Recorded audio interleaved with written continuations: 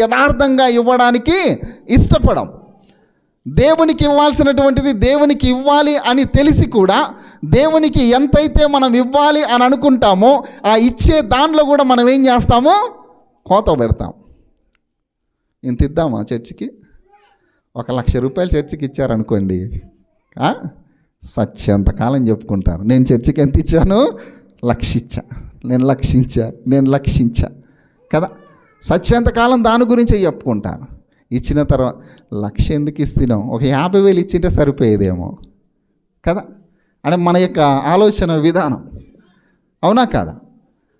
కానీ ఏబేలు ఏం చేశాడంట, తన యొక్క పశు సంపద తనకున్నటువంటి మందల్లో ఆయన వెళ్ళి ఆ మందనంతా కూడా సంచరించి చూస్తూ ఉన్నప్పుడు ఆ మందలో ఏబేలుకు ఏది ఇష్టమో, ఏబేలు దేన్నైతే ఎక్కువగా ప్రేమించాడో, ఏబేలు ఏదైతే నాకు కావాలి అని